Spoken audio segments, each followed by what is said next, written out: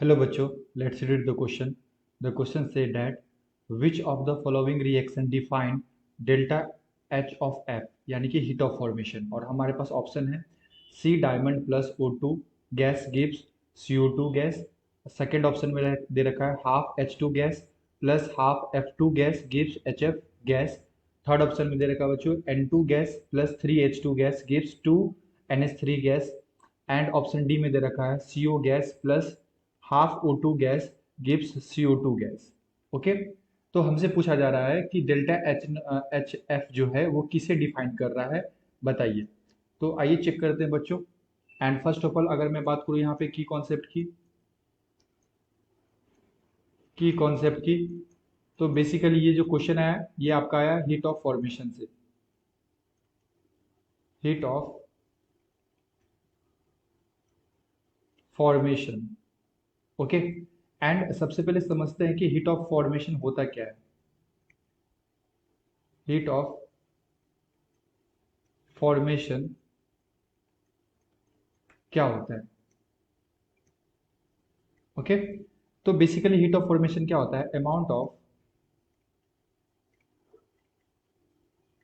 Amount of heat absorbed absorbed और released when one mole of of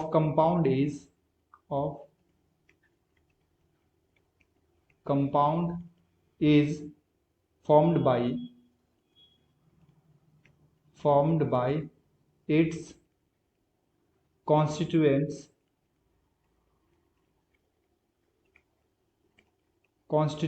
element in their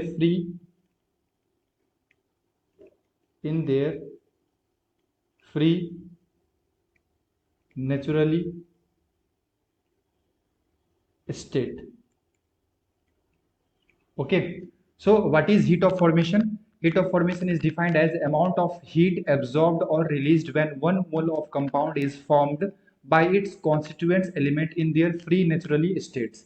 यानी कि जब भी कोई कंपाउंड का फॉर्मेशन होगा, एक मोल कंपाउंड का फॉर्मेशन होगा, उसके नेचुरली अकरिंग एलिमेंट से जिस भी कंपाउंड जो भी कंपाउंड है, लाइक यहाँ पे अगर जैसे CO2 का फॉर्मेशन हुआ है ऑप्शन फर्स्ट में। ओके, तो CO2 का जो फॉर्मेशन हुआ है तो इसमें कौन कौन से एलिमेंट प्रेजेंट है, कार्बन एंड ऑक्सीजन।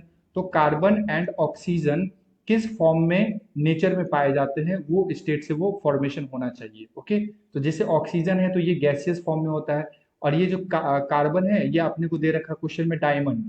कार्बन जो है वो डायमंड फॉर्म में। तो बेसिकली ये डायमंड फॉर्म कार्बन से CO2 का फॉर्मेशन नहीं होता है, ग्रेफाइट फॉर्म से होता है। ओके, तो कार्बन जो होते हैं हमारे नेचर में वो ग्रेफाइट फॉर्म में एग्जिस्ट करते हैं। सो ऑप्शन फर्स्ट जो होगा ये तो इंडिकेट नहीं कर रहा है हीट ऑफ फॉर्मेशन से। यहाँ पे एक मोल का फॉर्मेशन हुआ, बट यहाँ पे कार्बन डायमंड दे रखा है। सो हम लोग ये नहीं बोल सकते कि ये जो होगा ये हीट ऑफ फॉर्मेशन को इंडिकेट कर रहा है। ठीक है, तो ये ऑप्शन हमारा ए नहीं होगा। अब ऑप्शन बी को देखो, तो ऑप्शन बी में क्या दे रखा है, half H2 plus half F2 gives HF।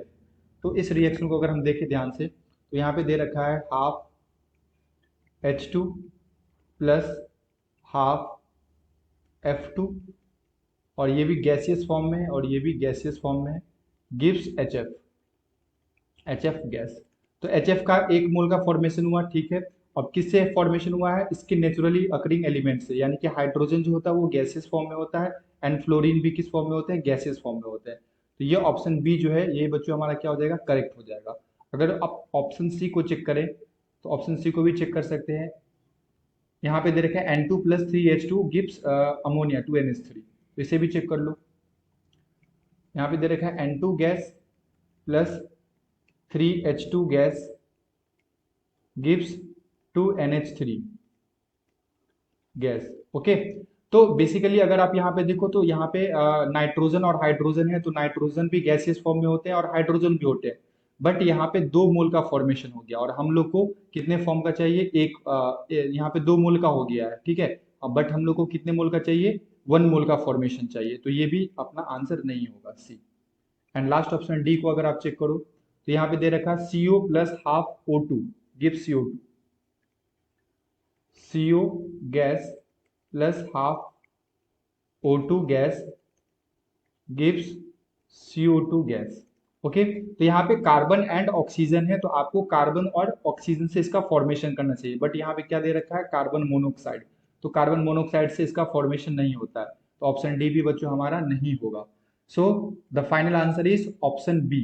Option B is the correct answer. I hope you will be understood it well. Best of luck, thank you.